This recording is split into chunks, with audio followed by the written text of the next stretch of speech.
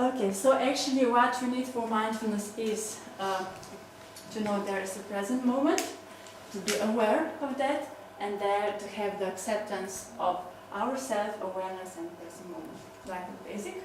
And then of course we have to observe, describe, and of course we have to participate. If you don't participate in the activity that we are doing, then mindfulness is not possible.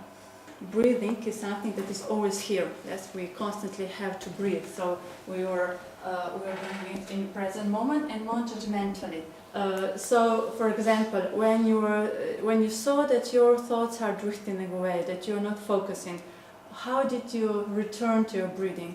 Did you say, "Oh, I didn't follow my breathing. Oh, I'm such a bad person. I should follow my breathing"? No. Or you just calmly go back. Okay. What we see in our everyday life that we are often acting like automatically. Where did you observe that in your life, for example? When do you see that you're not very attentive, that you do something automatically? Yeah, also the breathing. Like okay. Breathing. Eating, walking, driving. Driving. Does it happen to you before, like you came from one place to another, and you know, how did I came to that place? I don't know what happened in between. Automatism. Okay, so this is like automatism, yes, and then so that mindfulness like is the opposite to that. So we pay attention to whatever is happening. So if we expect from ourselves that we will be not mind wandering, or that we have to be focused all the time on something that we do or think or something that is happening, this is not realistic. Yes, but it's good that we know that we can be less automatic, that we cannot be automatic when we need it, and that we control what is happening with our mind and also partly in our body. You probably experienced yourself that we have like strong emotion, like maybe anger or fear, that it's much harder to be attentive, and that then different thoughts came and that they like drift us away, or that we react very impulsively when there is emotion. Yes. So this is one part of mindfulness also. If we know how to concentrate and to observe and to see our patterns, then we can control also our reactions and also our thoughts and emotions with that. Mindfulness is based from Eastern and Buddhist practices, but it's not something that is religious in any way. It's a practice. It's practical, but they in a way develop it or recognize it in effect. And so they connect it with Buddha. And Buddha means not just particular person, but every person who awakens to his or her own true nature.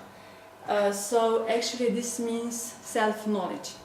What is thought for mindfulness from the Buddhist tradition is that you get self-knowledge, that you, from observation, that you learn who you are. One of the things that usually we are quite afraid to see is our dark sides, in a way. So, and what the Buddha, or the famous one, was telling actually that because we deny our true nature, who we really are, then we suffer, and the suffering is like origin of everything, let's say, bad in the way in the world. What is of course important for us is to know, okay, if I practice something, if I experience something, if I do a certain mental training like mindfulness, does this really affect my brain and my body? And actually there are many researches, even more and more, especially about mindfulness, that they prove there is that the gene expression, especially the telomere, that is like the length of the, I think it's here, wait. So especially the telomere is like part of the gene, and we know that if we are under big stress, like with depression, and so it shortens, and then affects our immune system and the whole reactions of body. And actually they saw that if you are continuously doing mindfulness, this telomere then prolongs, so it actually increases your health. Usually mindfulness creates different brain waves of alpha and theta. This is like the more slow brain waves, and this impact is practically immediate, what you also in a way sense. So this happens really quickly, but also then from different types of meditation, what mindfulness has, that also can affect like other brain waves, especially then also delta. So this also, when you feel that you are like drifting away, that means that your theta brain waves are increased. Well, mindfulness in a way tries to integrate the benefits of these meditations.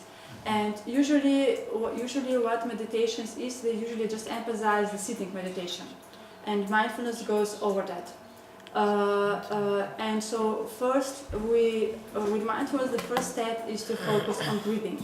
And when you can see that your attention to breathing is strong enough, then you continue on from observing more your thoughts, we will come to that, your emotions and other things. So it's actually much more systematic than other meditations. And what mindfulness is also special is that we try to have it like in like everyday life. If we want to do mindfulness, it's important that we have a certain attitude towards it. As we said before, non-judging.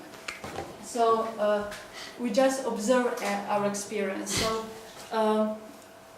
we are learned from like little children what is good, what is bad, what is right, what is wrong, and we try to go with mindfulness beyond that. We just observe. We don't judge. We don't say what is wrong, what is bad. We just stay with whatever it comes, and this is quite beneficial because then we easily also accept whatever it comes within us. So we don't evaluate in any sense. We cannot really observe if we're not curious about it. So basic of mindfulness is that you have curiosity to research really what is inside me. Then you know more and you don't need to avoid, and then you will not suffer under much stress. Because we always try to achieve something, we always try to progress, we always try to be better, to do better. And mindfulness doesn't require that. It requires like the opposite. You just, whatever it is, stay with it that it is. You don't need to be better, you don't need to do more, you do not need to be, I don't know, whatever. Just stay with whatever it is. So if you will practice, for example, any kind of meditation or mindfulness and so, you will see that it's also that you have like many good sensations, for example.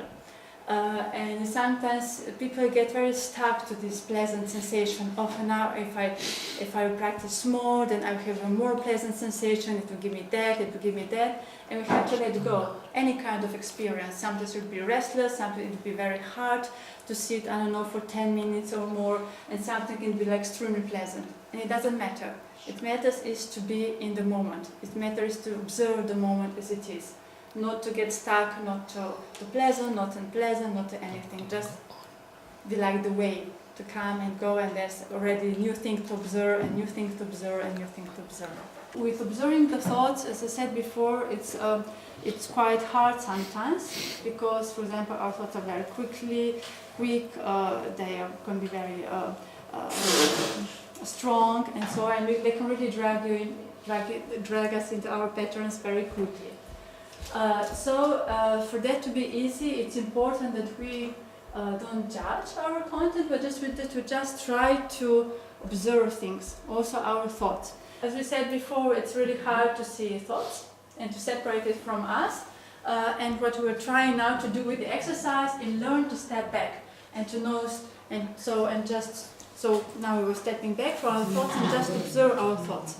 And now that we are safe about it, we were able to step even one step further back, so to see not just what kind of thoughts I have, what was the content, but what kind was the pattern of our thoughts.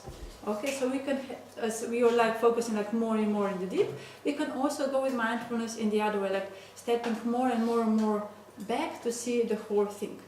Okay? For example, when we are stressed or when we are depressed, what is our posture? Like that, right? So we are all bundled up and so. And there are some researchers that say that already if we do just like the physical position, like to open, so bringing shoulders just back to stand right, that also our brain can think more clearly, because obviously there are more connections with body and mind that we are aware. and we are more aware when we are like in emotions, how this represents to the body, but there's also inverse process. So if we are being in a certain posture, this will also help our emotional and cognitive processes to go in different way. Mindfulness is not psychotherapy, but there is psychotherapy that is based on mindfulness, and then they will go changing thoughts and thinking more about that to see where they come. But mindfulness as such would just say observe it, just leave it. We learn that the thoughts are transient, they come and go, and if you will not stick to it, it will go. I guarantee you it will go. And you say, oh, okay, I have aggressive thought, okay. And then because I already have then another thought and another thought and another thought, and if I don't stick at it, it will go just like any other thought, as we saw with your practice. Mindfulness about thoughts is not denying it, it's not pushing it away, it's just leaving it, observing it, and letting it come and letting it go. It's still, so for example, if you really said, okay, I have this thought and I will not react from that, so I will not go learning and, I don't know, reading more and more and more and more stuff, and say just no, it's thinking. So what is important with mindful stretching is that, again, we focus on our body and we observe like the contraction and relaxation of muscles, and we try to go through the whole body and to see like when the muscle stretches, what are the limitations of our movement, and we try to do it like through small and slow movements. Like just, for example, one exercise is just standing and just feeling, the first one is usually just standing and feeling your weight, equal balance, how is your whole body position. Then you go like different exercise, for example, like lifting your arms, stretch up. Usually when you lift something, you go with inhale, and when you lower it with exhale. Usually it's good to have like 15 to 30 seconds. So for example, if we are just lifting our arms, that we also stay in this position for a certain time, observe, observe, observe, and then, so here we are breathing normally, and then when putting down, we exhale. So now we move to teenagers and children, okay? So first part of doing mindfulness is that you learn it, so that you have your own experience. And of course, from adults, it's different than for teenagers and children. So what can be the difference? What would be the general guidelines about it? So first, it's very hard to do mindfulness, or practically impossible if you try to force somebody into it. So the teens have to see that, have to be prepared, they have to see why would that be nice for them, they have to first know what mindfulness is, so you have to explain it to them, because already here you see that already attention can fluctuate and so, and already you're here like adults, and everybody interested about it, otherwise you will not be here, right? First you have to see that somebody is prepared to, he or she has to know what is it, so it's good to give examples. What is mindfulness also from your experience as well. You have to explain it, of course, and give every exercise to the age appropriate way. Of course, also good that you practice mindfulness with them, because they will have different motivation with that. And always, as it is with children, it's good to have a role model, right? So it's also good to emphasize that it's okay if their mind wanders, if their mind drifts away, if they get off the track, and you just have to repeat how to gently they have to come back to the mindfulness. It's always very important to encourage them to share their experience. For example, as we hear it as well, like after every exercise, to speak about it with them, like to be open, and because also when we speak with like different patterns, we learn more how to express, more how to describe, and so it's easier to recognize different things. It's good that they practice every day, as you will see later. Children and teenagers are also very susceptible to metaphors, like for example, if they realize that they have one constant thought and they feel that they can't get rid of it, but they can imagine like pushing the thought back away from them, or like they can imagine being mindful, like standing on a railway platform, watching just train carriages go by, like thought comes and goes away like carriage, right? For example, there are exercises you can start with a bell, because usually we need to we don't go to our quiet, still place is like on click, and we all need time to adjust, right? So with children can be like that you use a bear like this, or for example, like raining stick, you know, the Australian one goes, things like that, so that is like a sound that has more continuation and then it slowly just fades away. Okay, so now that we go to the same category of exercises that we did it today. So one of it is we're doing like body scan and stretch. So one is like connecting mind and body. So one is awareness on the body. So we have like different things that we can do. For example, just being aware of the position of the body. And especially if you have like younger children, you can go like striking like a pose of some superhero that they like.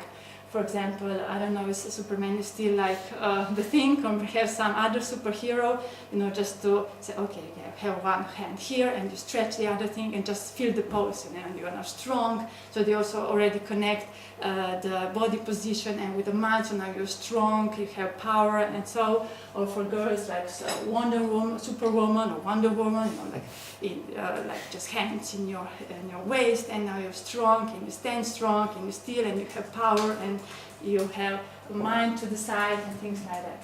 It's quite hard for children many times to be aware like of the whole body or of the certain body parts. So it's easier for them to just like squeeze. So usually we suggest that they lay on the back and then they squeeze like different muscle groups, or they can just squeeze like the whole body, just like wrist or feet down, or like just be tense in the whole body and then relax. And so what did they feel? Where did they feel relaxation? Where did they feel the change? And then maybe the next step after that, then just in the relaxed pose, just observe the way we did. So we can also then suggest that now they have like senses like no Spider-Man, like spider senses. So, and to be like very perceptive on what they taste, what they smell, what they hear, what they see, what they feel in a certain moment. Usually, this is like very natural to children. One of my friends was working with children with Down syndrome, and he described how they went for the walk, and then suddenly, especially one guy, was totally fixated to a snail, and then the whole group just gathered there and just were observing the snail. And like it was like for 10 minutes, just observing and totally immersed in the snail, and he had to interrupt them and said, okay, we have to go back, because it's very natural actually for us and for children to know how to observe things, but we forget. Especially in nature, it can be like very interesting.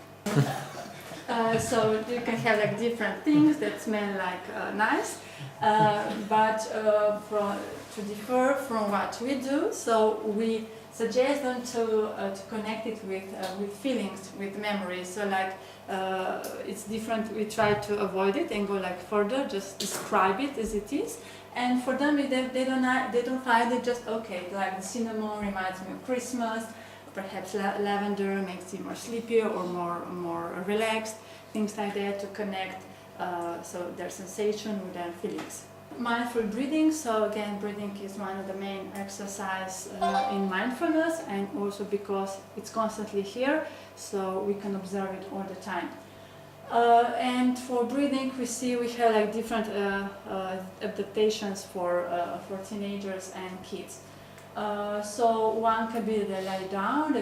We say that they put their palms on the abdomen and just observe what happens when they breathe in and when they breathe out. And they may feel that with breathing in, the palms go up, and with breathing down, the palms go down. And then we may suggest that this is like a boat, like also they can imagine that their breath is like a sailboat, or their hands is like a sailboat, that it rises and falls on the waves they're breathing, it rises and falls. Okay? So that they can imagine that they used to be a fish, and now they just come to human, and they're really breathing for the first time in their life. Mm-hmm. And how do they feel because they're breathing for the first time? How is the sensation that they're aware that now they're breathing, and before they were fish and they couldn't breathe in the same way? It's that they learn to listen to their heart, and we have like this that they have like very short, intensive exercise like jumping, or doing like jumping jacks. That is this, right? And so they do it like for 1 minute, and then they stop and just observe their heart beating. Then texture bag, we can put like small things, small pieces in the bag, and then they can reach the object and just try to feel how does it sense and maybe guess what they are touching. So it's like to present how emotions affect our thinking. So you see now, so if we are like very emotional, we have like many thoughts, and thoughts are like these glittering things inside, and they just swirl around, and they're all the way around. And if we stay a little bit at peace, then thoughts calm down little by little. And when the water is clearer, also our mind is clearer. Or for example, also because for children it's hard to sit sometimes, like still, they really want to move. Like, okay, now we'll be sitting for 5 minutes. Try to absolutely not move and just observe whatever it will come when you'll be sitting for 5 minutes. So like totally still, like in comfortable position, but totally still. Maybe to add to that point, when you're doing like sitting mindfulness, then it's also suggested that it's good that we don't move, but for example, if something is stretching us or things like that, do move. You don't need to be uncomfortable. Sometimes it's good that you can push it over, but sometimes it's also alright, but then just do it slowly, scratch yourself, and again do it with mindfulness. Do every move then with mindfulness. Okay? So now we try to then move to swimming. These are just few suggestions. You will know your kids more, and also you're more adapted to a swimming pool and swimming than I am. So here you will have much more ideas than I did. So especially, I don't know how it's in other countries, but I know that here in Slovenia there are also some kids that I think they don't have the experience with swimming and water that much. So it's usually, for some children, water is quite natural element, and for some it's quite scary one. So it's good that they just first think about the water, what the water is, where we use it, where it's good for us, where it's fun, like for example, jumping on the ponds, after the rain, or just being after the rain, or that we're drinking, or that the water is in us. So like just that they have like different contexts about what water is, and that we use it all the time, that it could be a very fun thing to do. For example, then you could go to slow exposures, like if they put legs in the water, how does it feel, how does it adapt to temperature, just to observe until they're comfortable. And if they move legs when they're sitting on the edge of the pool, how does it feel, where do they feel the pressure, where do they feel the water, what kind of experience they have. Or as we said before, like just know the pool, just go around around the facility, be used to the smell and the sounds, we all know the smell of the pool, and they're like really relaxing when you're used to it. And like sounds, when the water is changing, like the fresh water coming in and the hot water going out, would be really also nice. Or usually there are quite some people in the swimming pool, and they're like, talking. And what is also very important is like feedback. Always ask for feedback, as I said already before. It's like very important part, right? So after every exercise, especially in the swimming pool, so that because if they don't describe, if they don't tell what is their experience, it'll be much harder for them to get what mindfulness can be. You should practice every day. What I would suggest that you try to make like 30 minutes of sitting meditation. If you're not used to, then just go partially to it, like start with 15, and when you will feel cozy enough, then just go like 5 minutes more. First, I would suggest you that you make for 1 month only, during sitting meditation, only focusing on your breath. So, and you decide like in the day before, like in the time that you start to sitting, where will you observe? Don't change it during the exercise. Okay, now I decided for nose, however it will feel. Whatever I will notice, I will notice. Then I suggest like 5 minutes of mindfulness on everyday activity. Not like we do it today, like with something small, but something that you do during the day, like every day, like brushing teeth, combing, washing, putting cream, things like that. Okay? And then you choose for 5 minutes some other mindful exercise, whichever you decide for. And what is also maybe more interesting also for you is to make your own mindfulness exercises, especially in the swimming pool, so that you discover mindfulness in your own way. So okay, I can see here that would be good if I have like attention, or that children that I'm teaching will have like attention, or maybe this exercise will help them. That you also try to discover where in your life mindfulness can be helpful.